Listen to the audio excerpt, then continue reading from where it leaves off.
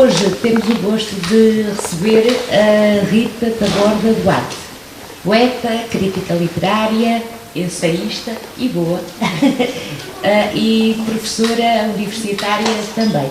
Ela publicou há muito pouco tempo, reuniu a sua poesia neste volume, que tem um título bastante irónico e que é todo um programa, e tem por título, portanto, não desfazer. Já vamos falar desse título. Eu queria agradecer, em primeiro lugar, à Câmara Municipal da Figueira da Foz por nos permitir esta conversa, na pessoa do Dr. Pedro Santana Lopes e a toda a equipa que apoia nesta sessão. Uma menção muito especial à doutora Anabela Zuzarte, que as conduz há tanto tempo, e ao grupo de teatro O Pátio das Galinhas, que hoje vai ler alguns poemas da Rita Taborda Duarte. Rita, boa noite e bem-vinda à Figueira da Foz. Obrigada por teres aceitado o nosso convite. Eu acredito pouco no destino, mas talvez seja verdade que toda a gente vem cair na casa para que estava destinado. Como é que tu caíste na casa da poesia em época de ficcionistas, sobretudo? Como é que isso te aconteceu? Bom, em primeiro lugar, muito boa noite a todos e a todas. Agradeço muito à Teresa e à Anabela por terem convidado para estar aqui, que é um gosto. Começaste já com as perguntas encalacrar, não é? Vamos ver, a ficção e a narrativa se calhar faz parte dos modos mais naturais. De facto, eu vivi numa casa de um ficcionista e esteve sempre rodeada pela escrita e pela ficção, e a narrativa faz parte do modo, se quiserem, até natural de nós vivermos. Toda a nossa vivência é narrativa, não é? Nós pensamos em forma narrativa, nós ouvimos histórias desde criança, e a poesia é uma forma de desarrumar essa lógica, desarrumar a própria linguagem, desarrumar o próprio hábito que nós temos da linguagem. Eu não sei bem como é que cheguei à poesia, este fascínio pelo texto poético, mas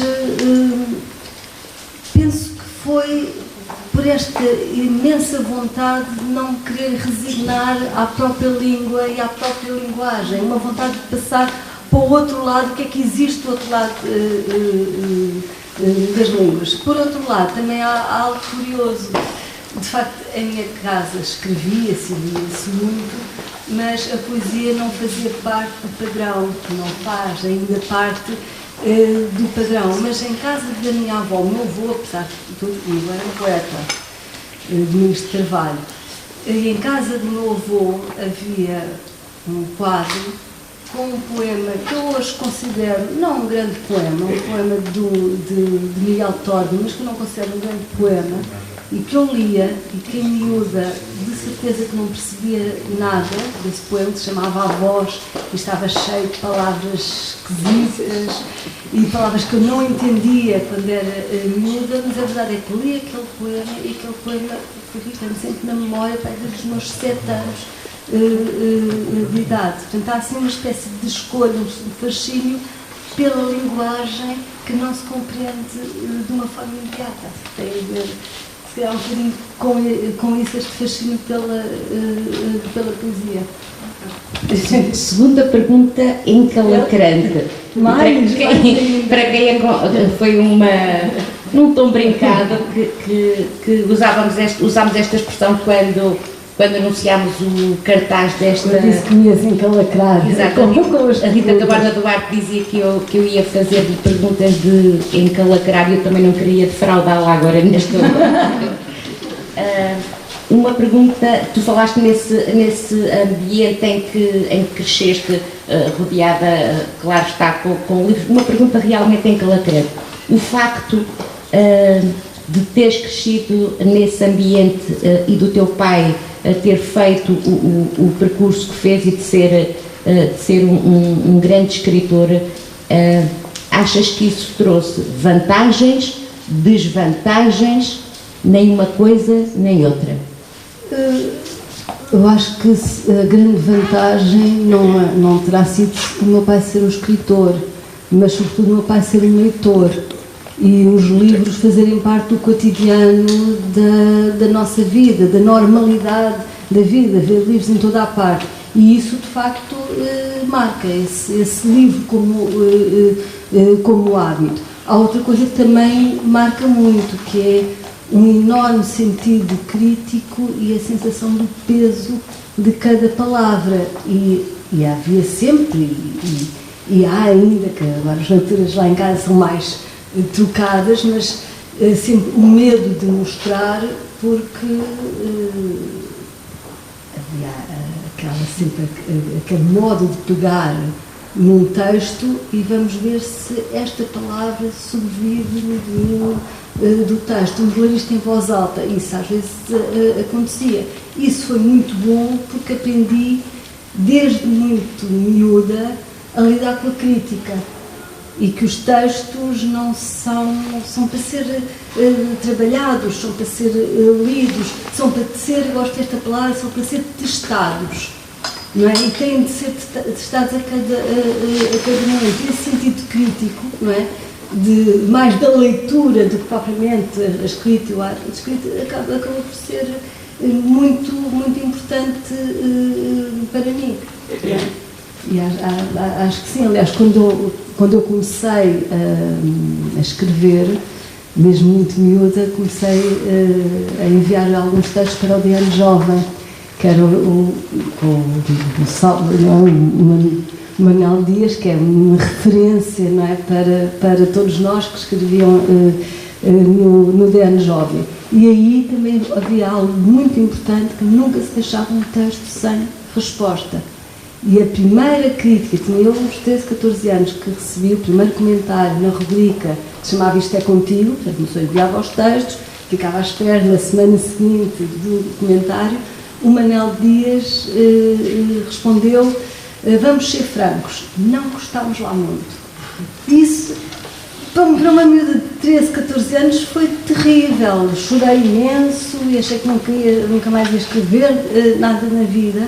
Mas isso é importantíssimo para percebermos que os textos estão sujeitos ao gosto e que não são coisas amorfas e que podem ser trabalhadas. E hoje em dia trabalho muito, de facto, com a crítica, de dar a ler e fazer com que o outro sinta o peso dos textos. Para mim é importante. Acho que começou em casa com o meu pai, mas também começou depois com o DN Jovem. Isso para mim é importante mesmo. A resposta aos livros. Agora que falas disso, não por acaso uma parte substancial dos escritores, sejam poetas, sejam ficcionistas, não lida bem com a crítica, não é? A própria palavra crítica abate-se sobre eles com um peso como se fosse algo de negativo. Ou se a pessoa faz um reparo, e tu também fazes crítica literária, quando estavas do outro lado, como é que lidavas com isso?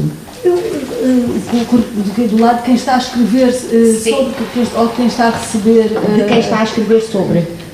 Eu acho que é assim que se lida com os textos. Os textos são para ser lidos, apreciados, medidos, avaliados. Temos de sentir o peso, senão não há relação, não é? Se é só uma relação de duração, praticamente não há relação. Agora, eu nem gosto dessa palavra enquanto crítica, eu acho que o que os críticos fazem, no fundo, é uma resposta ao livro. E um bom texto interpela-nos e nós temos vontade de responder. Aliás, eu acho que faço tanto crítica quando escrevo um ensaio sobre determinada obra, como em algumas respostas que eu tenho aqui a alguns dos poemas que gosto mais e outros que nem não gosto tanto, mas que determinado verso pode ter incomodado ou interpelado. E isso também é a crítica, é a necessidade de resposta e esta necessidade interna de comunicação que os textos precisam. Agora, é evidente que eu acho que tem de haver sempre o cuidado, e acho que sempre tive esse cuidado, de pensar quem é que está do outro lado do texto. Uma pessoa está a escrever sobre um texto, está a escrever sobre um texto, não sobre uma pessoa, não é? E tem que ter em conta que do outro lado está uma pessoa e ter cuidado para não ferir, para não ofender, mas também não há nada melhor que possa acontecer a um autor, é um texto ter resposta e ser bem lido e ser interpelado, mesmo que o outro lado não goste tanto, não é? Mas aquela linguagem, fazer supor mais linguagem, não é? Ser uma espécie de palimpsesto de algo que está para vir, eu acho que isso é o verdadeiro texto a fazer-se, não é? Isso parece-me importante. Eu lembro, agora que falávamos deste aspecto da crítica, lembro-me de ter lido um texto, vamos chamar-lhe crítico teu, e fiquei a admirar que nessa altura, nessa vertente da crítica, ainda não nos conhecíamos, porque tu fazias uma recensão, como se chamava, a um livro do Frederico Lourenço, a um livro de poemas, e pareceu-me bastante corajoso. Já não me lembro não me lembro de facto mas lembro-me que era no público, se calhar, na altura. Não sei se era no público, mas lembro-me que ela era cuidadosa, mas que tinha exatamente o peso da palavra, mas que não deixava de dizer aquilo. Eu lembro-me de ter lido esse livro, não deixava de dizer o que era para ser dito. Aquilo que se considerou sobre o texto, aquilo que aquele texto nos fez pensar, independentemente da questão de gosto. Eu acho que a questão de gostarmos ou não, da empatia que temos ou não pelo texto, acaba por emergir do nosso próprio texto. Não temos de dizer. E aí a crítica não está a ter um trajeto diferente da própria literatura. Para dizermos aquilo que exatamente queremos dizer, não o temos de dizer diretamente com a nossa linguagem chã, aquilo sobressai no texto. O próprio gosto, a própria empatia, o agarrar o texto também sobressai do texto crítico.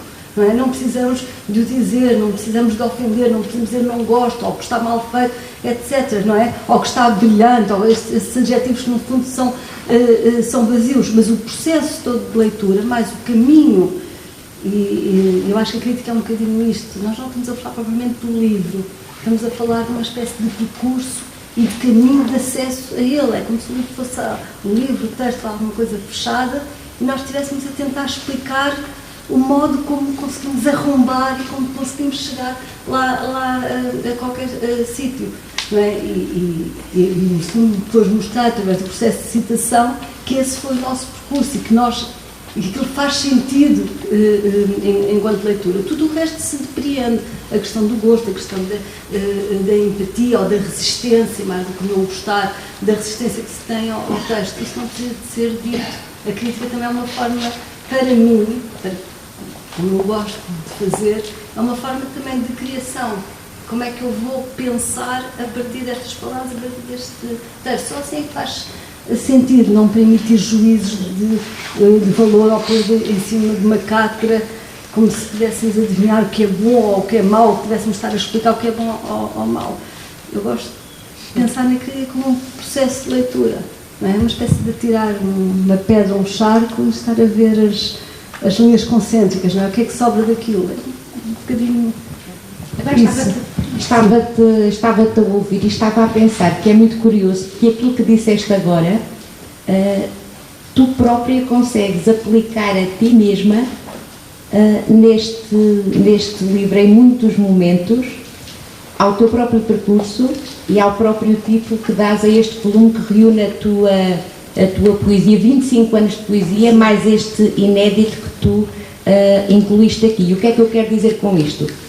Que, ao contrário de, vamos dizer, muitos poetas, até porque eu não partilho exatamente da tua visão, há algumas nuances, de muitos poetas, não se pode dizer que eles não levam isto muito a sério, não é? E é talvez por isso que se melindrem tanto quando alguém escreve sobre eles sob determinado ângulo ou com algumas palavras. Mas tu tens construído um percurso que é bastante, eu considero bastante discreto, eu própria, que tu na verdade tens uma obra, porque imagino que não aprecies muito a palavra uma obra, não é? Obras completas, não é? Estas são reunidas, espero que não seja completas, ainda vou assim, ainda tenho algum percurso, são reunidas, não são completas. Sim, mas já tem este estatuto de obra em volume. Claro, como uma espécie de livro de prateleira, não é? Sim, e também por isso este título, que não tem muito a ver também com a maneira como vejo, nem tem muito a ver comigo, não é? Este ar de estar reformada na vida não é propriamente o meu modo de estar. Portanto, o título acaba por ser um bocado irónico, também a brincar com isto tudo. Não quer dizer que não leve a sério, mas tem uma forma, claro que leva isto tudo a sério, leva a poesia muito a sério, leva a crítica muito a sério também, o que faço, o que escrevo, não é? E não é verdade que não me melindre, claro que me melindre, não é? Se não gostam, se gostam, fico feliz, se não gostam e se me dizem, fico zangada também, às vezes, mas gosto muito de ouvir. Não é? E gosto muito de tentar perceber o que é que aliás, faço tempo a modificar os poemas também, por isso não estar contente. Eu sempre já me esqueci o que é que eu estava a dizer que é importante perceber quer aquilo que tu rejeitas, e rejeitas desde logo uma forma de se levar a sério, um certo enfatuamento, não é? Sim, isto de ser poeta, de estar sentado naquela cátedra, e por outro lado é importante saber aquilo que tu acolhes e que é o teu, podemos dizer que é um estilo, porque isso verifica-se, não é, de uma ponta à outra daquilo que tens publicado. E uma das coisas desde logo é a ironia, não é? E começaríamos pelo próprio título, não desfazendo, que é irónico, mas por outro lado também nos traz logo aqui uma Penélope, não é? Uma Penélope que sem o cão Argos, é verdade, sem os gatos de Baudelaire, não é? É isso. Mas é de facto isso, não desfazendo com aquele ar enorme, com que usamos esta expressão, não desfazendo, dizendo bem, dizendo mal, ao mesmo tempo, mas também é uma forma de negação de todo um processo de composição que de facto efetivamente existe no livro, portanto, ou em cada um dos livros e no próprio livro. Há um processo de construção que, além de cada poema entendido como unidade autónoma, que também é, não é? Mas cada livro é construído segundo uma espécie de narratividade interna e segundo uma perspectiva e um pensamento que de alguma maneira está lá sobre a poesia, pelo menos em alguns deles, neste último muito, nas Orelhas de Karenin também, toda a questão. É um livro que tem resumos e tem, aliás, é um livro de 3 partes, as Orelhas de Karenin.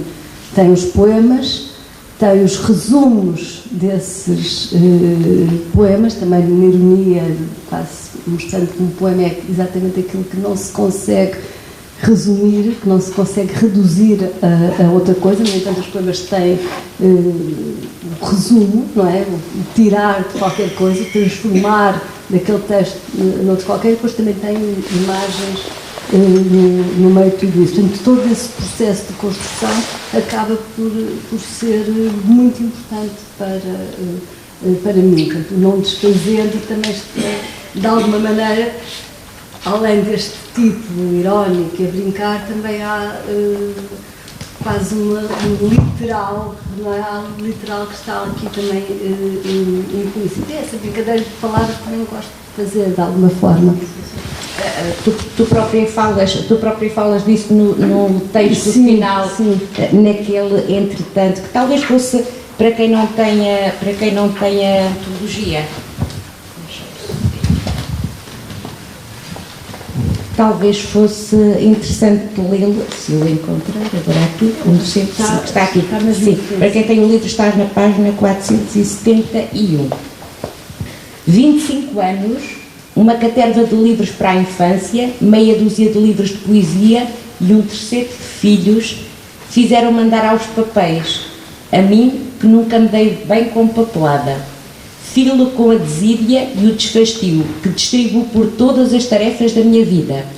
Assanhei os consabidos gatos de Baudelaire equilibrei-me como pude nos malabarismos verbais, zombando, sim, com galhofa, mas sem as tintas da melancolia de paroxismos surrealizantes.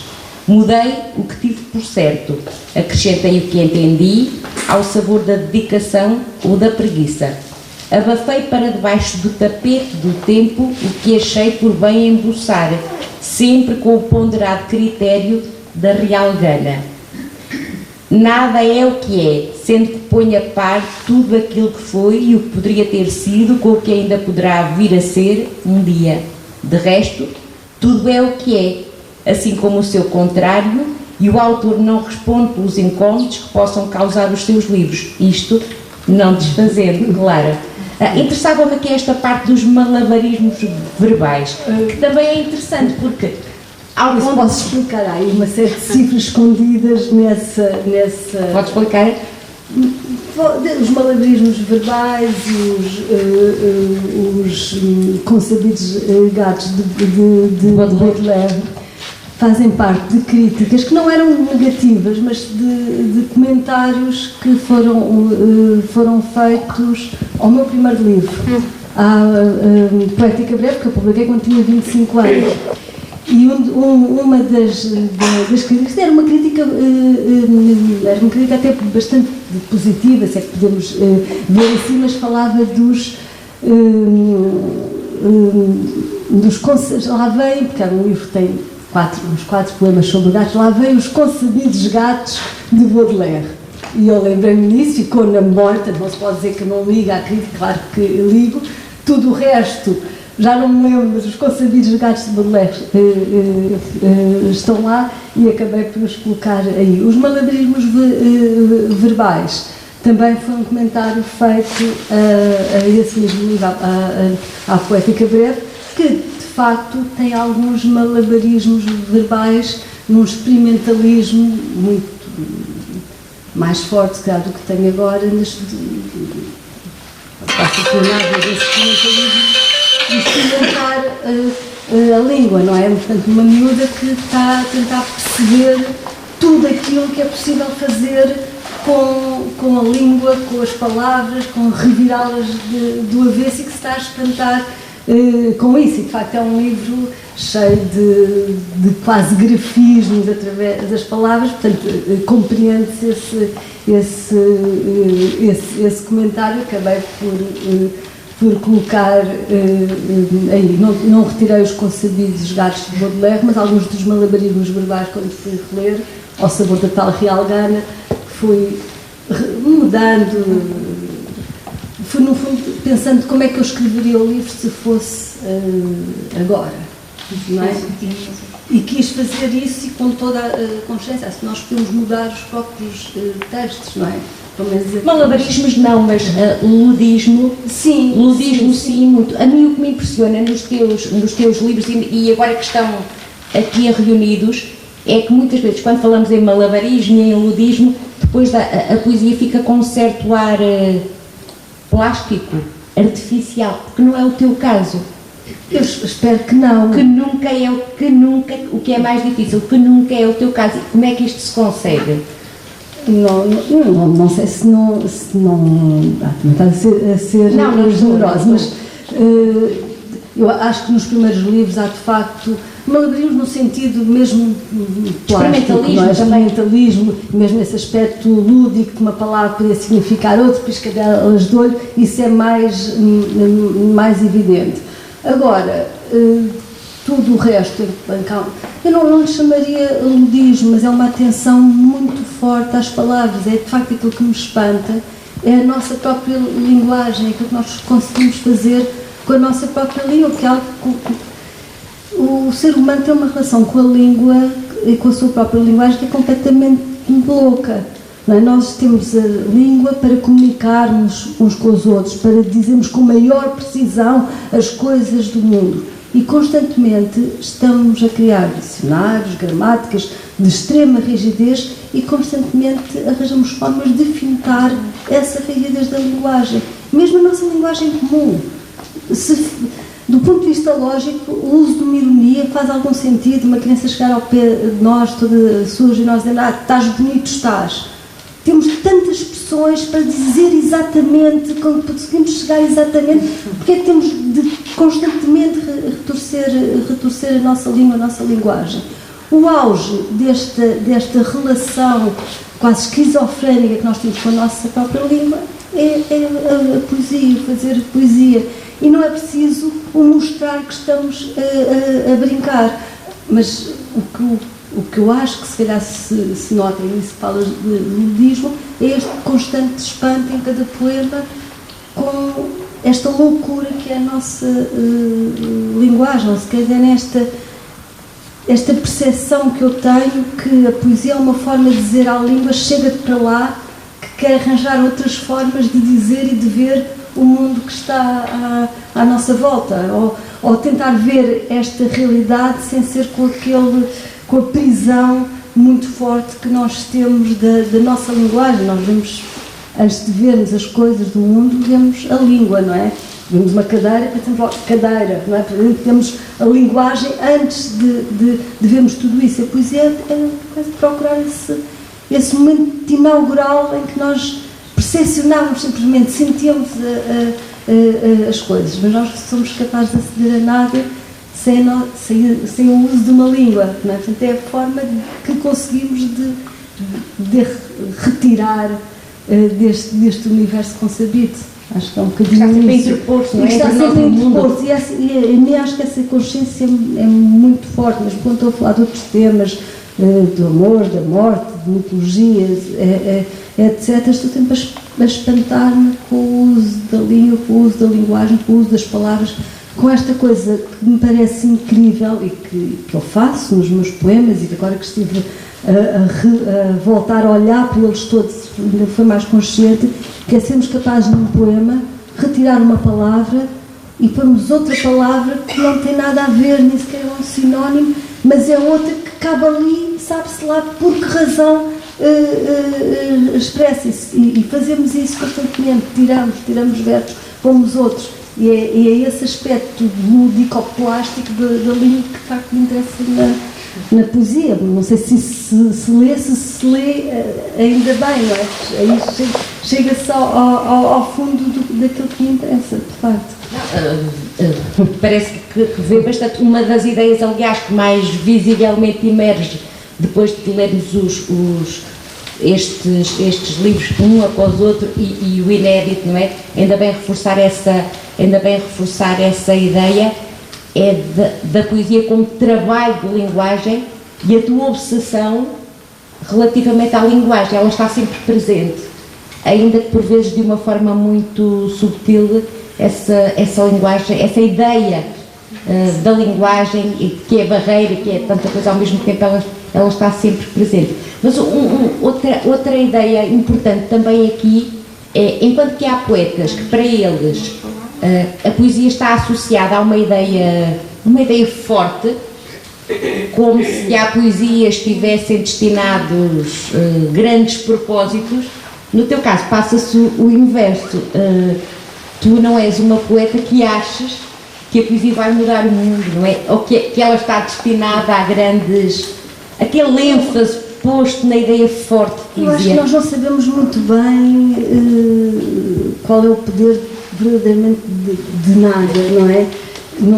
Eu tenho é um bocado esta forma quase woodialiana do Woody Allen de estar, parece que não levo nada muito a sério. De facto, não sei se a poesia muda o mundo, eu não sei de facto o que é que pode mudar o mundo, ou seja, algumas coisas que mudam o mundo, mas constantemente para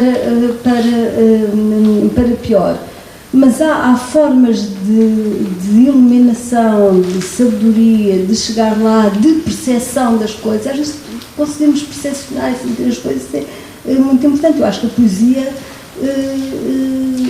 de facto tem esse pequeno poder de refigurar o olhar, de refigurar a percepção que nós temos das coisas do mundo, de torná-lo diferente, não é? Esta ideia de que, aliás, o Fernando Guerreiro fala nisso no último livro, no Grande Pólen, a poesia não está a representar a realidade, está a figurar, está a ser, está a formar. Agora, se calhar estavas a dizer que fala um bocadinho aqui de algumas questões cotidianas e questões um bocadinho risíveis, mas eu penso que aquilo de que falo, sobretudo, é das minhas leituras, e falo de mais linguagem e do modo como determinadas palavras e determinados poemas me atacam constantemente e que me ficam na memória e que eu tenho de responder. Eu acho que isto é tudo quase um retorcer de linguagem e de comunicação respondendo-se. Quando eu contei agora logo no início aquela história do poema que me ficou na memória, que é um poema que hoje não acho nada de especial, mas é incrível uma pessoa ler algo quando tem determinada idade e ficar a povoar-nos durante tanto tempo. E há muitos versos, há muitos poemas, há muitos textos, há muitas vozes que constantemente me estão a atacar e que eu tenho de responder, tenho de expressar de alguma maneira. E o processo acaba por ser isso, mesmo quando estou a falar de coisas tão aparentemente comezinhas, é tão banais como o amor, isso é horrível. Não, porque aliás não tenho nem tenho muitos poemas de amor, são mais de desamor, saem melhor os poemas de desamor do que os poemas de amor, mas mesmo com os temas mais comuns, eu no fundo sempre estou a responder mais a textos do que à vida, mais a coisas que leio do que à vida. E é isso que me dá gosto. Por isso é que, se calhar por isso, aquela percepção que eu tenho da crítica literária como uma forma de resposta com um jargão mais específico, etc., mas que não deixa de ser uma resposta aos textos. Vamos ver como é que isto me atacou e como é que eu respondo. Que é mais do que um texto que nos desagradar ou não. Eu vejo isto como um ataque de uma invasão e é um pouco isto que acaba por ser a poesia, mesmo falando de coisas comuns e comezinhas e normais e do cotidiano. Aparentemente comezinhas, logo no poema com que o volume abre. Se calhar também se criou algum preconceito, que há certo material que se calhar podíamos considerar quase como apoético, como se ele não fosse digno de entrar num poema. E em muitas cabeças ainda existe este preconceito, não é? Quando estamos a falar de escorredor da louça, lava-louça, pano da louça, fogão, esse tipo de coisas, parece que esse material devia ser logo arredado. Estás a falar da epígrafe. Estou, mas dá bons poemas, não é? Sim, por vezes... Por vezes dá, não sei se é um bom poema, mas esse poema de... Eu posso lê-lo, se calhar... Não, tu, Rita, não. Está bem. Não, tu. Mas... Sim, então vamos ouvir quem é que vai ler. Sim. Vão ler os dois? Muito bem. A Ana Paula Veloso e o Ricardo Baeta vão ler Epígrafe. Portanto, o poema que abre este volume. Epígrafe. Um poeta tem de escrever sem se poupar aos versos em tempos de martírio. Um poeta tem de escrever com quantas letras traz na boca.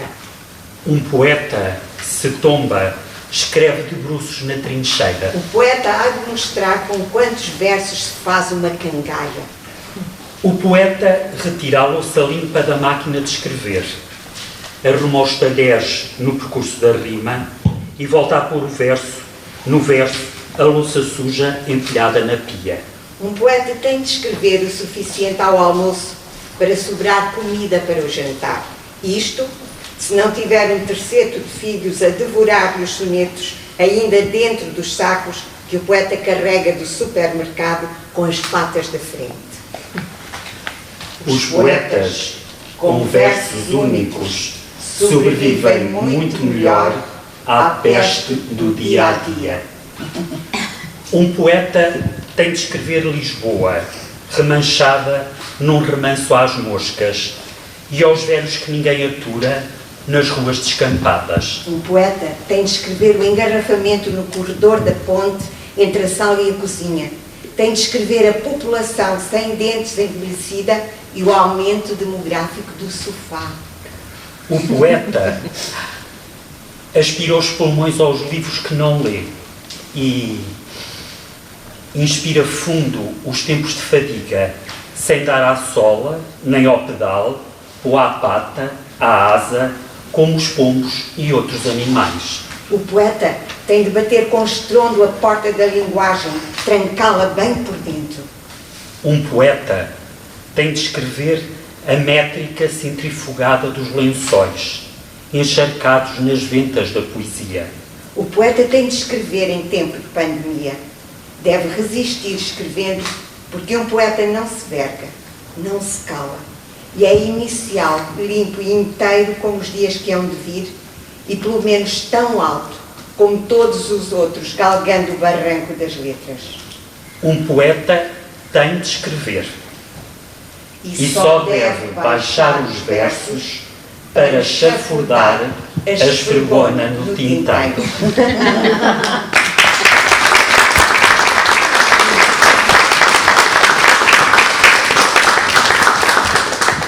Cá fica a prova que estes materiais não são nada apoéticos, como à partida poderia parecer. Eu já agora aproveito para... Os poemas não têm de ser explicados, mas este poema, aliás, chama-se Epígrafe, teve mesmo para não ser incluído neste livro, que era, de facto é um poema fora do livro. Tem poucos poemas meus têm Eu sou capaz de descobrir esta centelha tão autobiográfica. Esta tem, de facto, uma centelha autobiográfica. Foi o único poema que eu consegui escrever durante a pandemia. E pronto, e acho que está bem claro nisso. Mas se repararem, este poema, que é feito deste cotidiano, de tentar escrever e tentar seguir uma vida normal, com filhos em casa e com aquilo tudo que nós vivemos na pandemia, que além de trabalho, era o trabalho doméstico a dobrar, todos nós tivemos essa percepção.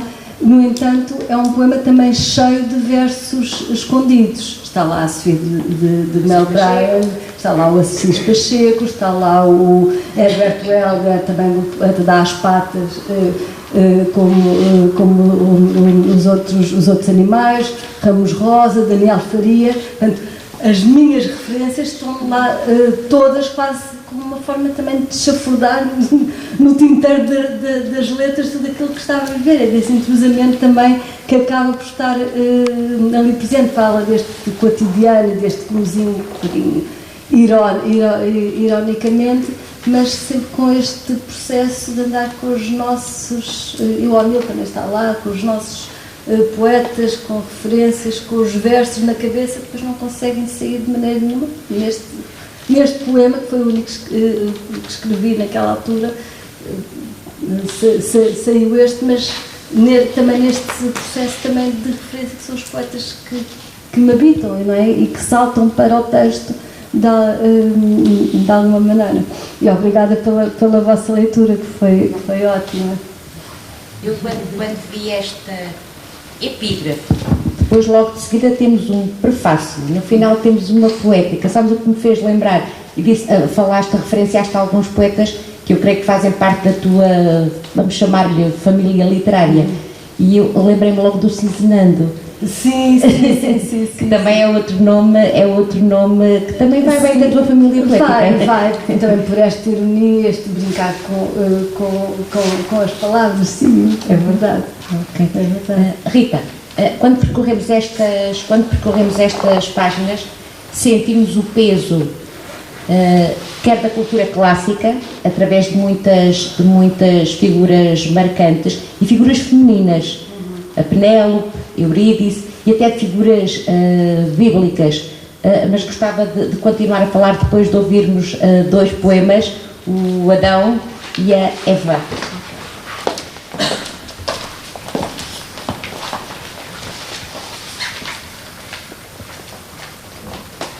Adão, acompanhei-te ao pomar, insististe, cismando que te seguisse. O pó na dobra da saia, os pés esboroando a terra brava feita pedra. fogo nenhum, tossindo a poeira, e na faringe seca, ardendo vagamente, o hálito, maçã desfeita e acre. A pele escandida e macilenta de fastio, o tédio dos passos, tropeçando nas raízes à tona dos caminhos, a superfície da terra rapada à míngua, mais pedra sempre que terra. Ali a esterilidade, boca escancarada aberta à fome. A aridez amamentava ainda os frutos com a ternura miserável dos pobres, sem uma íngua de água para aquietar a sede de ficar. Mas acompanhei-te ao pomar. Afinal, insististe que fosse. E provei do fruto engelhado, com engulho e náusea, a maçã antiga e murcha, engasgo, abrigado na cobradia úmida da umbria. Eva. Mais fácil digerir a lentidão das pedras que engolir um pomo apodrecido a vida inteira. Mesmo esmagando o coração a uma maçã acerba, que amaceremos até ao osso, só fermento e vinagre secou a da colheita. Jamais uma maçã ganhará o sabor franco de um figo lídimo, de vassidão salaz, a voz da fala autêntica, madura sobre os lábios.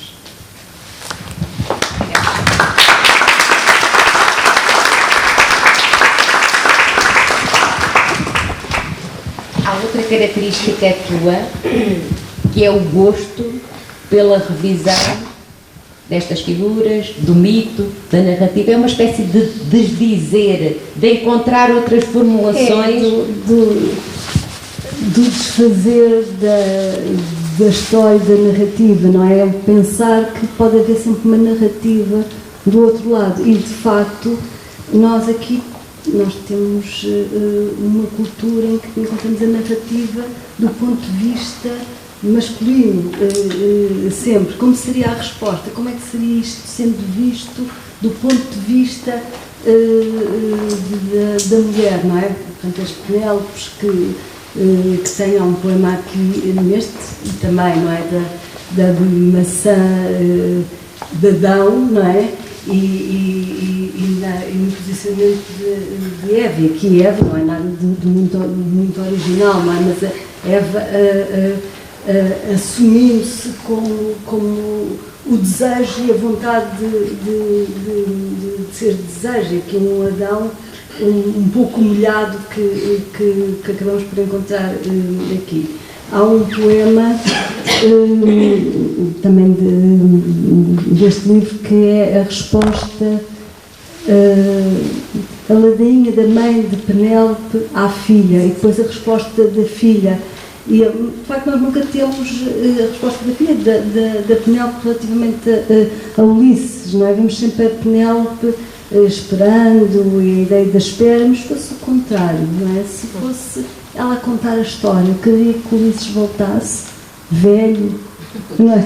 Cansado, passado 20 anos, não é? Podemos sempre refigurar a perspectiva e refigurar a história. Também no Orfeu e no Eurídice também há um desfazer, se quiser, do mito. Temos a Eurídice a dizer, mas eu não estava lá, olhaste para trás, mas eu não te segui, não ouvi cítaras nenhumas, não ouvi nada. E pode ser outra forma de pensar na história, não é? E se calhar estes grandes amores, estes grandes romances, não nos fazer, não são nada, não existiram, ou podiam deixar de existir, ou podiam ser exatamente o contrário. E é algo que também me interessa sempre ver como seria tudo isto se víssemos do lado contrário. É um jogo que eu faço nos meus livros infantis, é um pouco aquilo que eu digo neste pós-fácil, mas é algo que me interessa. Vamos pensar nas mesmas situações, mas exatamente do lado inverso, e chega-se a algumas conclusões curiosas. Tudo pode ser isto ou pode também ser o seu contrário. Basta, não é que eu seja uma relativista, que não sou, mas basta mudar do ângulo, basta mudar da perspectiva, as coisas já são completamente diferentes. Basta ao dia da manhã, aquilo que foi ontem não é exatamente isso. Não é? E gosto de pensar nisso nos textos. Sim, sim, isso dá-me muito gozo também pôr estas figuras passivas, femininas, sempre tratadas como figuras passivas, terem outra perspectiva, outra voz e outro olhar. Se calhar ainda não lhes contamos a história de um ponto de vista feminino, não é? E se calhar seriam muito diferentes, não é? E a recusa deste papel da Penélope bordando à espera, sim, claro.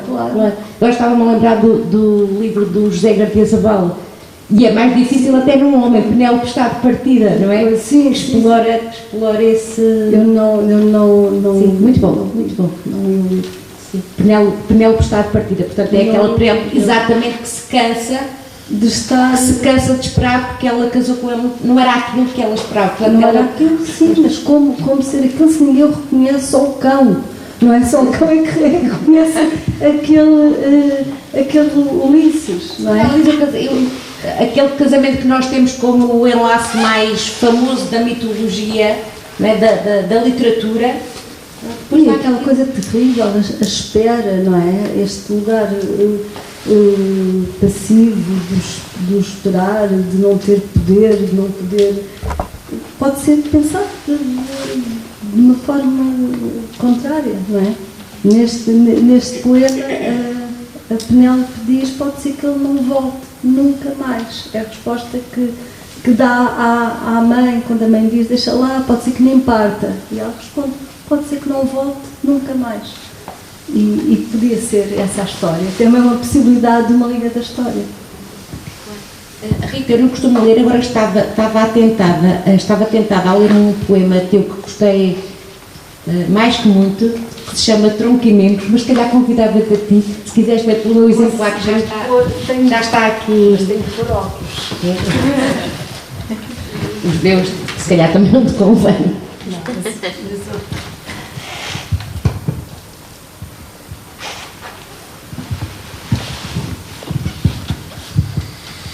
Tronco e membros. Ainda bem que partiste a nossa vida em dois e levaste a pior parte. Tão lastimável ver dois corações ásperos em refrega mesquinha, defendendo fronteiras, alto, além pele ninguém passa. Os livros, por exemplo, são coisas simples de dividir. Rasgam-se metodicamente ao meio, para cada capa, a sua contracapa, e aí foi pacífico que eu ficasse com os inícios. A ti couberam-te todos os finais. Cada qual soube dos seus territórios e fomos razoáveis. Impossível é partir uma pedra ao meio. Levaste-as todas. E afinal, bem vistas as coisas, todas eram tuas. Filhos não tínhamos e amor nunca quiseste arranjar nenhum. Tinhas razão, dava muito trabalho e ocuparia muito espaço num peito tão pequeno. Houve objetos difíceis de repartir, mas evitámos pugnas e contendas, como outros casais com tristezas ainda mais tristes do que a nossa tristeza. Casais disputando a mobília, a conta bancária, o televisor. Aí terás de concordar. Fui magnânima. Prescindi a teu favor dos vasos das orquídeas, das magnólias, das náuseas, o fastio de cheiro, aquele engodo que regavas com tanto carinho e fizeras florescer a nossa janela. Começava já a dar os primeiros frutos. Levaste-os. São teus. Eu iria esquecer-me sempre de os regar. Ainda bem que nos partiste em dois, levando contigo a pior parte.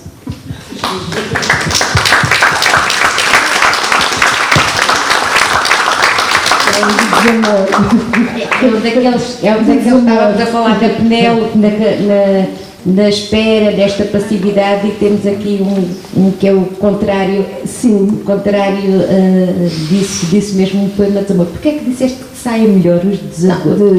Acho que também tem alguns também poemas de amor. Nós, aliás, temos aqui um programado. Sim, mas a questão da ironia que um poema de desamor pode ter, permite também outra coisa, e é mais forte, se calhar é mais difícil fazer um poema de amor que convença, não é? Depois de todos e tão belos que nós já lemos, de que um poema de desamor, que é sempre algo muito mais duro, em que podemos brincar também com a própria ironia, mas também tem alguns poemas de amor, tem alguns poemas sobre a gravidez, também sobre a maternidade, também sobre amor propriamente dito. Estes de desamor também me dão um certo incluído mais para os desamor. Este é quanto a mim um grande poema. Este é um poema perfeito. A construção. Obrigada.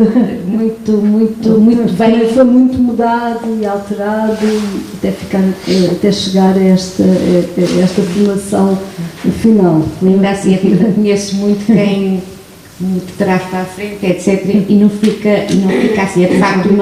É de facto uma construção daquelas letras. Obrigada, Rita. Bom, falemos da estrutura, que também é importante deste livro. Não é usual também ver uma poesia reunida que começa de trás, não é? Ou da frente para trás, melhor. Mas essa é a mesma ideia, que é de frente para trás. Algo que uma pessoa repara, aliás, eu reparei ultimamente quando me pediram, por exemplo, para escolher alguns dos 10 poemas da minha vida. E logo a tendência que uma pessoa tem, e que eu tive logo, foi procurar os poemas do início, aqueles poemas que nos informaram. Mas a minha vida também é hoje. Não é? Mesmo alguns poemas que descobri há uns meses e que depois acabaram por estar nestes poemas e foram tão fortes que estão neste, também corresponde ao que é a minha vida. Aliás, o que eu sou hoje é que traz tudo o resto para trás. Portanto, acho que é natural começar o livro por aquilo a que se chegou, não é? Como me mostra agora, o meu presente é que é o meu eu de agora. Tudo o resto é o que vem sempre para trás, é que se vai descobrindo através da memória. Eu não sou menos eu no presente do que o eu antigo, e nós temos muita a tendência a dizer o que foi importante para nós. Os livros da minha vida, como se tivessem de ser livros de há 20 anos, também são, não é? Mas aquilo que nós vamos descobrindo hoje em dia também é muito importante. Portanto, foi mesmo uma opção muito pensada, começar pelo último livro, pelo que era incluem, e que acabam por inclui também, sim, não é? porque, assim como eu incluo tudo aquilo que foi os anos todos para trás, é isso que estão a ver agora. Este último livro é aquilo que já inclui de alguma forma tudo para trás e que já superou e que já passou. Portanto, esta é a forma lógica, não é? Não faria sentido eu apresentar-me aqui com as minhas fotografias de infância a mostrar, não, sou hoje, e depois vai-se descobrindo o que está para trás. Portanto, achei que era a forma lógica de apresentar de facto este livro. Aliás, porque não me coibi de mudar aquilo que achei por bem e que me pareceu bem, porque este é o meu livro completo neste momento, mas de agora. E é isto que vai aparecer. Os outros são os que publiquei antes, não é? Como uma perspectiva ou outra que não tenho agora. E isso acho que é muito assumido.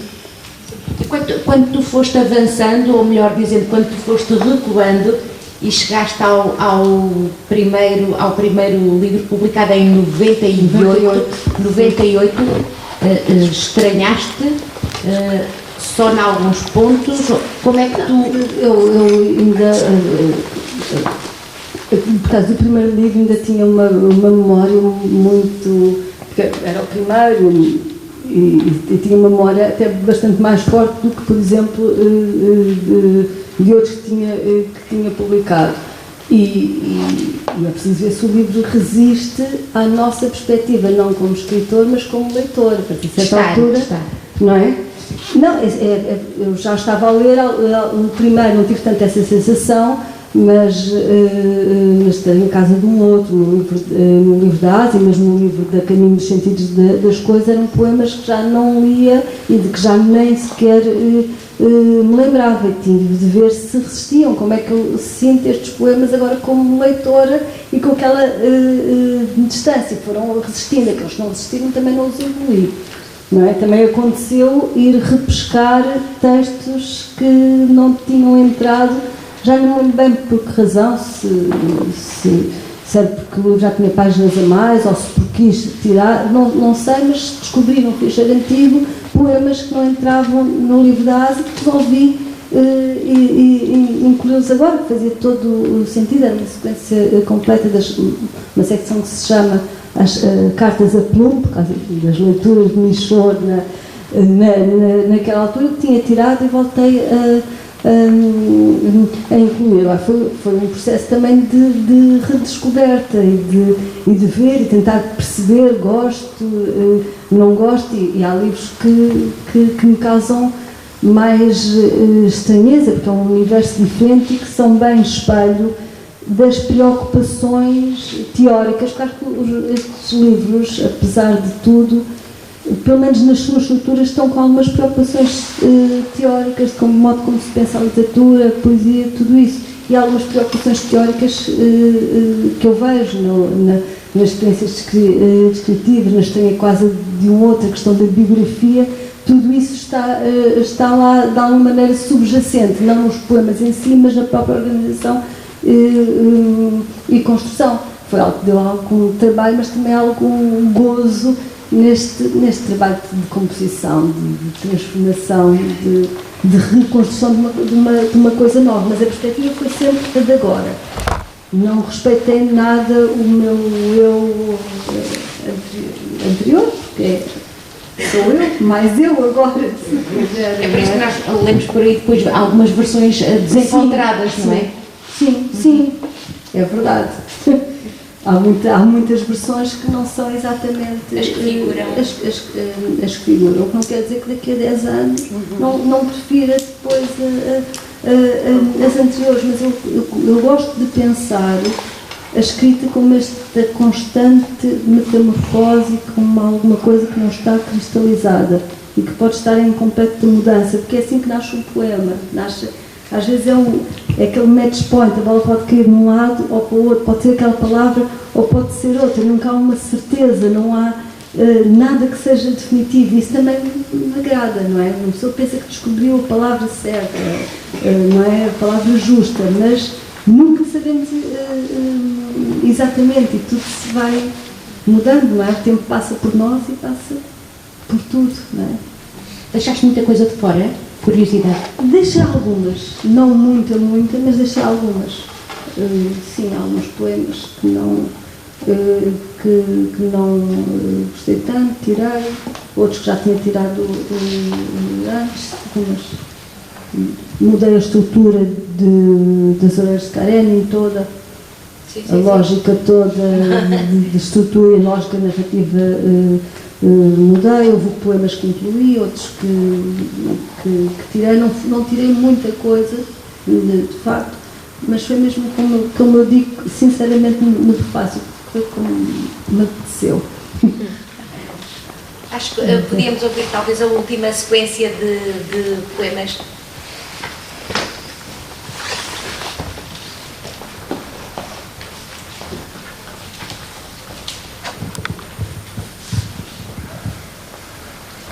Voos.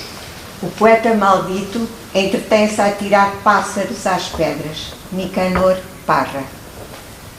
Nunca caí em pleno voo, mas conheci pedras que, afeiçoadas à mão e com o impulso certo, subiam mais alto ainda que muitos pássaros. Talvez se cansassem mais depressa. Que jeito tem uma pedra ficar tanto tempo afastada do solo? Uma pedra é uma pedra. Sempre pedra. Não é bicho para se aninhar nos ramos da amoreira e parir um ninho. Tirando isso, sempre preferi pedras a pássaros. Além do mais, se um dia atirarmos um pássaro a uma pedra, não nos cairá ela aos pés o bico num frangalho.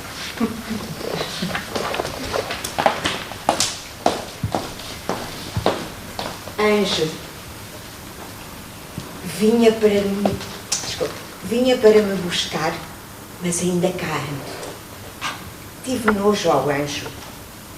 Encardidas, as penas cebosas de sabugo no tálamo. Nem se assemelhava sequer ao verdadeiro anjo negro da miserável história desta vida. Só genuíno desleixo, a sujidade sob a auréola fosca, cotão e pó. Em suma, nenhum asseio ao arrotar gorgulhos pelas asas murchas sobre as costas. Tentei-me acompanhá-lo, dar-lhe um banho ao menos em prata de lei, qualquer coisa que na morte me concedesse algum do brilho desvaluído que não houver em vida. Mas custa tanto arear um anjo pena a pena. Chegou-me acenando com as duas asas, mais mocho até que anjo. Não o segui, lá onde tombasse imundo. Faço horas ao dia neste inferno sólido. Ainda cá ando.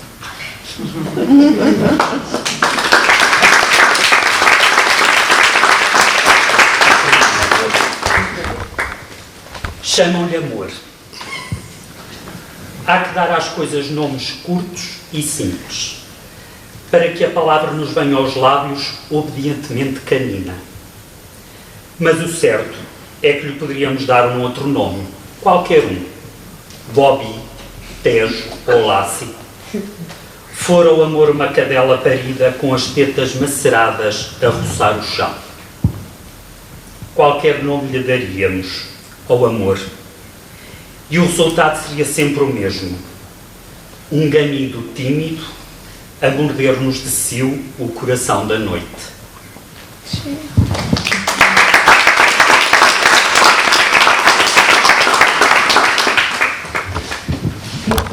Nada escapa à ironia, absolutamente, não é? Não, acho que é uma das nossas grandes figuras, não é? Dar o dito por não dito exatamente para o dizer, de alguma maneira, não é? Mas sim. É também uma suprema forma de inteligência, não te parece? Isso é a tua simpatia também funcionar. Não, eu acho que a capacidade de brincar com as palavras e mesmo com os sentimentos e ter esta capacidade de autocrítica é sempre algo muito importante para toda a gente. Não nos devemos levar demasiado a sério por tudo que eu disse antes. Tudo pode ser o que é, mas também o seu contrário. Há sempre imensas perspectivas para pensar e para ver as coisas. E penso que o humor e a capacidade de fazer humor é algo bastante importante para as nossas vidas, não é? E gosto de cultivar. Alguns também dos meus poetas preferidos, a pensar no Amil, por exemplo, não é serem-se muito do humor em qualquer situação da vida, mesmo que falar das coisas mais boas e mais tudo isto, na verdade, tem que ver com o olhar que nós lançamos. Sim, sobre aquela perspectiva, qual é o percurso que nós fazemos para aceder às coisas, é o mundo que está à nossa volta. Pode ser um caminho reto, pode ser um caminho muito tortuoso. Às vezes prefiro o caminho tortuoso do que o caminho mais direto, sim. Bom, antes de passar a palavra aos nossos leitores para algumas perguntas que certamente terão, só uma questão sobre as pedras. Não podia deixar de ser. As pedras são um signo muito importante e com muito peso em muitos dos teus poemas. Sim, principalmente neste último livro, que também inclui uma pequena plaquete que tinha escrito para a editora, a Nova Mimosa, a editora pequeníssima editora do Luís Carmel, que foi no ano passado. de facto foi esse livro, Pequeno Livro das Pedras, que se transformou neste Uma Pedra na Boca, e de facto, porque é um livro com alguma, de facto tem muitas pedras, mas este também é um livro com alguma violência, algum questionamento também da questão feminina, da tentativa de silenciamento. É um livro que de alguma maneira tem algumas epígrafes da Anne Carson, de um ensaio muito importante para mim, quando estava a escrever alguns destes poemas, e que depois invadiram de alguma maneira outros poemas e este texto. Um livro que se chama Vida, Ironia e Deus, e que ela fala da dificuldade da voz da mulher, como a voz da mulher é sentida como uma ameaça, e como esta presença da pedra na boca de uma mulher como forma também de silenciar. Há uma citação que eu depois resgato para o livro, em que se fala da voz de Gertrude Stein, e que o amigo ia dizer que não podia ouvir aquela, quando ouvia aquela voz se sentia incomodado, que era uma voz que parecia um bife, e esta é uma expressão tão terrível que de facto acabou por invadir, e as pedras também estão aqui como forma de ataque, do silenciamento, e também se calhar mais sensível à questão da mulher e à questão da própria linguagem, que existe mais neste livro, se calhar, do que nos anteriores, e também devido a esse ensaio que para mim foi tão...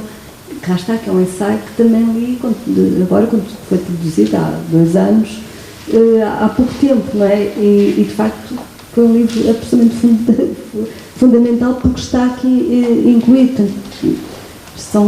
É importante pensarmos de facto em nós como esta presença constante que nos vai incluir. Mas as pedras aqui estão... É uma forma de resistência, não é? Curiosamente, estava-me a lembrar em algumas críticas à poesia da Flor Bela Espanca, e daquelas mulheres que essa crítica masculina chamava as suas colegas do chá, não é? Tocavam muito nesse aspecto da voz. Sim. É curioso. Sim, porque a voz... A Anne Carson dá imensos exemplos das vozes femininas, desde a antiguidade clássica, da tragédia, como é que era usada e imitada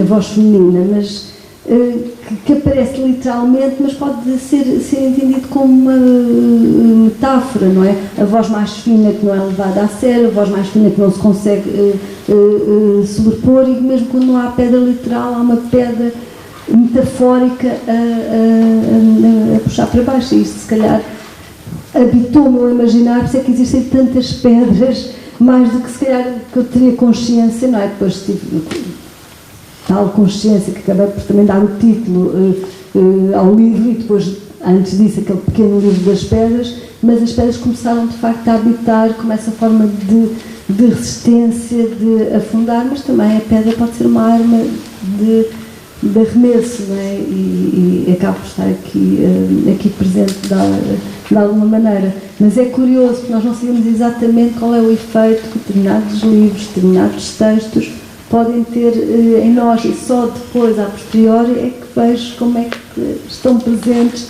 nos livros. Isso também foi notório quando fui perseguindo os livros anteriores e fui vendo como as leituras, como as preocupações acabam por desenhar de alguma forma a narrativa que está implícita. As pedras acho que têm a ver com isso, e de repente começaram de facto a habitar os poemas sem total consciência disso. Não pensei, vou agora pôr imensas pedras nos poemas, mas começaram a apedrejar os poemas de alguma maneira, e isso é notório de facto, mais neste livro do que nos outros.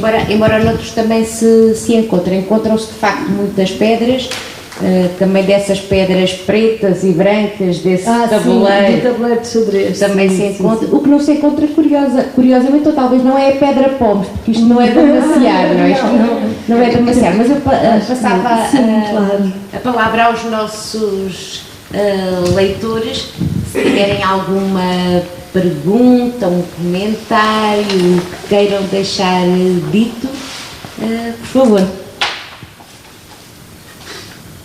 Posso fazer uma pergunta? Claro que sim, claro que sim. O seu nome? Cátia. Eu gostaria de perguntar o que é que mais a inspira a escrever? Eu acho que para responder sinceramente, se fosse para lhe dar a resposta imediata, eu dizia que o que mais me inspira são os textos que me vão habitando e os versos que não me largam. Mas a verdade também é que quando eu estive a recuperar estes livros todos, é que uma pessoa não tem consciência da inspiração, não tem consciência daquilo que provoca a centelha no embrião do poema, ou só tem consciência depois a posteriori. E eu reparei que, ao contrário do que eu vinha defendendo sempre com esta noção teórica, que uma coisa é a biografia do autor, outra coisa é aquilo que escreve, há muito mais de biográfico do que aquilo que eu julgava e tenho chamado a atenção para isso. Há muito mais de biográfico e circunstâncias, depois refiguradas, biográficos do que aquilo que eu pensava. Não é? Mesmo naquele poema que lemos da epígrafe, está lá cheio de referências mas, literárias, tudo isso, da raiva de não se conseguir escrever e ir convocar o verso alheio, mas também há ali há muito de biográfico e muito da vida e da vidinha, como dizia o O'Neill, da vida concreta. Portanto, eu acho que é um manancial de tudo isto. Muitas vezes tenho a ideia que a centelha começa de facto num verso, aliás, porque muitos destes poemas têm epígrafes, muitos são feitos, o prefácio é feito só com versos alheios que vão servindo de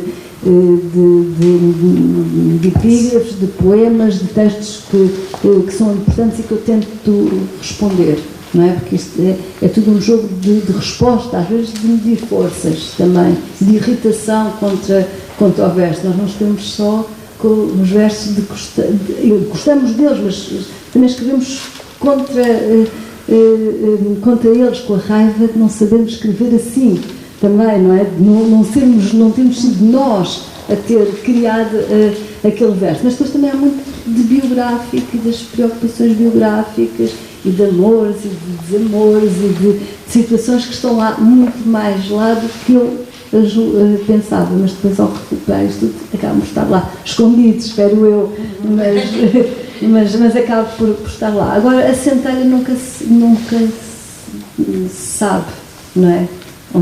Como é que aparece. Às vezes consegue-se perseguir um rastro, outras vezes não. Muito obrigada pela pergunta.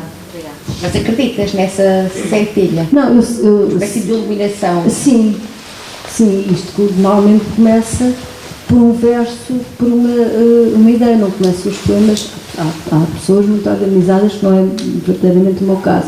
Há pessoas que começam a escrever o poema do início até ao fim. Eu muitas vezes começo o poema pelo final ou pelo meio, ou um verso que se vai construindo assim concentricamente. E sim, normalmente sei por onde é que começa, ou por uma opção, ou por uma coisa engraçada que vejo ou que leio, ou uma situação ridícula. Há um poema aí das mãos que teve a ver com um professor da Faculdade de Letras que passou pela biblioteca, não sei o que é que tinham as mãos, é como as orelhas de Karen, o que é que tem de especial não se sabe, mas foi uma forma de colocar as mãos enquanto passava que me ficou a povoar. E depois não tem nada a ver nem com essa pessoa, nem com esse professor, mas aquela ideia de onde pôr as mãos, não é? É difícil, não é? Um ator sabe bem isto, é muito difícil saber onde pôr as mãos, por isso é que nos filmes antigos, nos recentes não, é que tínhamos aquele cigarro para entreter as mãos das pessoas, é muito difícil. Aquela imagem foi tão notória de umas mãos que não tinham espaço, não tinham sítio, e aí sei que aquele poema nasceu, não logo, mas daquela imagem. Que sobrava. Sim, de mãos a sobrar do corpo, sim. E, aliás, o poema é sobre uma figura feminina, não é? Mas sobre essas mãos não se sabe onde é que são, por outras situações não se sabe de onde é que aparece. É curioso porque às vezes as pessoas têm a ideia que os poemas surgem de uma figura absolutamente definida, de uma situação, e como é que umas mãos, assim, no caso desses, podem originar... Aí eu sei que foi porque eu fiquei nesse a perseguir o que é que aquelas mãos estão a fazer naquele corpo ali. Tanta autonomia ganhar. Sim, e depois, aí sim, sei que aquela imagem ficou a saltar durante os tempos, mas a maior parte dos poemas, não sei quando nasce entre um epígrafe, do verso sublinhado, de uma ideia, às vezes é simplesmente e às vezes funciona como sopa da pedra, versos nos parecem bestiais e como se escreve na página e depois é o primeiro verso a saltar, no final é aquele que vai embora. Mas, sim. Não, eu só queria provocar. Agora é que vou ser encalacrado. Não vai ser encalacrado. Aqui há 2 ou 3 dias, o Daniel Maia Pinto Rodrigues questionava o seguinte: depois de Gaza, ainda há lugar para a poesia? Sim, eu vi esse comentário provocador e bem provocador. Eu acho que é principalmente por Gaza, por Auschwitz, principalmente por isso que ainda há lugar no último produto da poesia. Eu penso que é mesmo, não porque nos salve, mas é a improbabilidade de algum resquício de lógica neste mundo louco, algum resquício de beleza neste mundo louco. Esperemos que sim, ou que não sei. Não sei, mas é uma provocação que não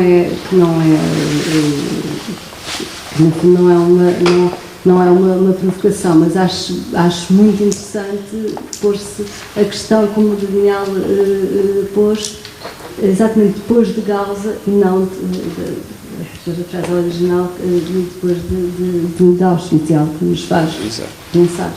Porque é uma replicação, é mesmo tipo uma réplica, não é? É uma replicação e é uma réplica, sim. É isso. Mais questões? Eu? Ao preparar estes poemas, surgiram algumas dificuldades de tentar dizer da forma mais correta possível. Se houver uma interrogação, se num verso houver uma interrogação, coloca o ponto de interrogação. Ou não, a pontuação? Nem sempre. Em relação ao ponto de interrogação, se calhar colocaria, não é? Porque é uma interrogação muito específica, mas eu também dou muito valor ao modo como o poema graficamente se me apresenta. E muitas vezes prefiro a utilização de espaços e a utilização de outras pausas do que a pontuação de alguma maneira a poluir o texto. Porque polui, não é? Ali toda a linguagem é concentrada, não é? Portanto, pode poluir, pode distrair do texto. E em muitos destes poemas não tenho sequer pontuação. Quando muito faço uma pausa, faço uma mudança de verso. Se calhar o ponto de exclamação evito sempre, não é? Ou conseguimos pôr as palavras a gritar, ou se não conseguimos, não vale a pena estar com as sinaléticas a tentar dizer o que as palavras não conseguem por si só dizer. Um ponto de interrogação, se calhar, por aí, mas não sei se tem algum, mas se calhar penso que não tenho muitos, porque estragava a leitura que é uma cadência diferente do que a leitura da prosa. Mesmo a pontuação na prosa não corresponde à nossa pontuação do pensamento e da linguagem, mas na poesia isto tem que funcionar de uma forma diferente, não de uma forma narrativa, não de uma forma propriamente sequencial. Claro que nós temos de ler sequencialmente, mas a ideia é o poema emergir da página, é o poema saltar da página, e essa estrutura formal acaba por ser importante. Em muitos poemas, então, no início, nos poemas do início, né, que estão no fim, não tenho mesmo de toda pontuação, mas retirei também muitos dos tais malabarismos, não verbais, mas espaciais, por exemplo. Fui retirando porque achei que também distraíam demasiado do texto, não é? Percebia-se mais, cá está uma brincadeira com as palavras, com a poesia, do que provavelmente o texto a emergir, a sobressair da página. Em relação a isso, a questão da pontuação torna mais ao leitor a capacidade de apropriação do texto, de vestir o texto e não ficar preso à pontuação que o autor lhe impõe. É verdade. Porque a partir do momento em que eu entrego o livro, deixa de ser meu, não é? Claro. E portanto, se o leitor encontra lá a pontuação toda, faz as pausas, faz isto, faz aquilo. E portanto, a leitura... E são indicações à parte. Exato, eu quero que leias assim, eu quero que digas assim. Não. É como as aspas, às vezes, que se põe, ou quando se diz, se não é a palavra certa, pelo menos disfarce para que o leitor não brincar, mas para o leitor não perceber isso. E de facto um texto de poesia não pode ter essas indicações todas. De facto é isso, é libertar, é soltar, e é interessante porque todas as leituras, mesmo as leituras orais, acabam por ser leituras diversas e diferentes, e às vezes há essa possibilidade de fazer o enjambement, de continuar o verso para o verso seguinte, ou não, e às vezes há essas possibilidades de leitura, essas noções, e há ritmos também de leitura que não pode ser tudo espartilhado num poema, não é como na prosa, e mesmo na prosa temos vários autores a tentar fugir dessa rigidez da pontuação, que é algo que é deduzido falsamente ao texto, não é? Se a certa altura uma pessoa vê o texto a fazer-se, o texto a construir-se, perde-se o texto a ser, não é? E isso acaba, é o que é importante, não é? Não é, desculpa, sim, não é propriamente uma pergunta, é apenas uma constatação daquilo que ouvi, também não sei se estou certa, mas achei muito interessante, porque há sempre aquela conversa à volta do que é poesia, o que é que a poesia faz por todos nós, e é engraçado, e o O'Neill foi aqui referido, como extremamente irónico, sabemos que é, e que trouxe algo prosaico à poesia, mas depois também é a questão de a poesia. Há um verso no O'Neill que é o modo funcionário de viver. E eu acho que a poesia nos retira do modo funcionário de viver. Sim. Para mim a poesia é isso, é retirar-nos do modo funcionário de viver. Eu concordo absolutamente com isso, nem que seja pelo dizer que a própria língua não é nada aquilo que nós pensamos. O nosso cotidiano, a nossa percepção das coisas não é nada desse modo comum, desse modo funcional de vermos as coisas. Concordo perfeitamente com isso. E há aquele célebre verso daquela canção que canta a Rita Lee, que o amor é prosa e sexo é poesia. Claro, é isso, sim, é verdade. Claro, o próprio modo funcionário e com automatismo, não é? Que é o inimigo mortal da poesia. E é de facto uma liberdade diferente, é o último reduto, se calhar, de liberdade que se tem, não é? Acho que sim. Mais questões? Perguntaste-me qual foi o teu papel na minha vida. Não sei, nunca foi boa a trabalhar com papelada. Nunca me dei bem com papelada. É isso, é qualquer coisa. É qualquer coisa como isso. Como é que era o papel que tinhas, na minha vida, acho que o perdi, eu nunca me dei bem com o papelado. É isso. Esse poema também está aqui incluído, foi publicado primeiro numa plaquete feita pelos Homens do Saco, que é uma tipografia, um conjunto de amigos fizeram uma tipografia em Lisboa, e era apresentado com uma espécie de recibo, daqueles recibos verdes antigos em branco. Portanto, a papelada também acabava por ser essa de andar aos papéis e do papel do recibo, e foi mesmo impresso com esse recibo antigo em tipografia. Costuma escrever diretamente no papel? Não, nunca. Eu sou uma as informáticas para mim são dificílimas, aquilo é mas não consigo escrever sem ser no computador, só escrevo no computador, tiro notas à mão, mas depois eu tenho uma relação horrível com a minha letra, tenho uma letra péssima, não percebo nada daquilo que escrevi. Não, tenho imensos cadernos em que vou notando coisas, até agendas onde vou pondo, e depois nunca percebo nada daquilo que escrevi. Escrevo diretamente no computador, em modo caótico. Tenho assim ficheiros com bocados de versos, bocados de poemas, mas depois reorganizo aquilo, até parece que sou uma pessoa organizada. Mas não, escrevo diretamente no computador, sempre.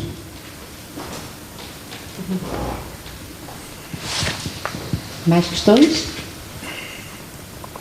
Parece-me que não. Rita Taborda Duarte. Não vou. O verbo encalçar. O verbo encalçar está sempre aqui para. Nem que eu quisesse. Rita, obrigada por teres vindo à Figueira da Foz. Foi um verdadeiro gosto ter-te aqui connosco. Ficamos à espera dos próximos livros, porque agora vai demorar algum tempo, não? Sim, porque aliás, vão sair alguns livros infantis por agora.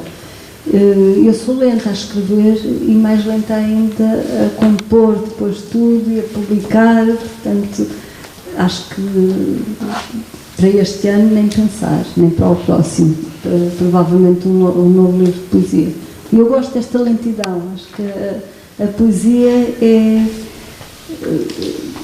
algo que, lembrar Calvino, não é? Porque Calvino falava da rapidez como uma das próximas propostas, não é? Mas podia fazer os grandes votos da lentidão. Eu sou... É do Horácio.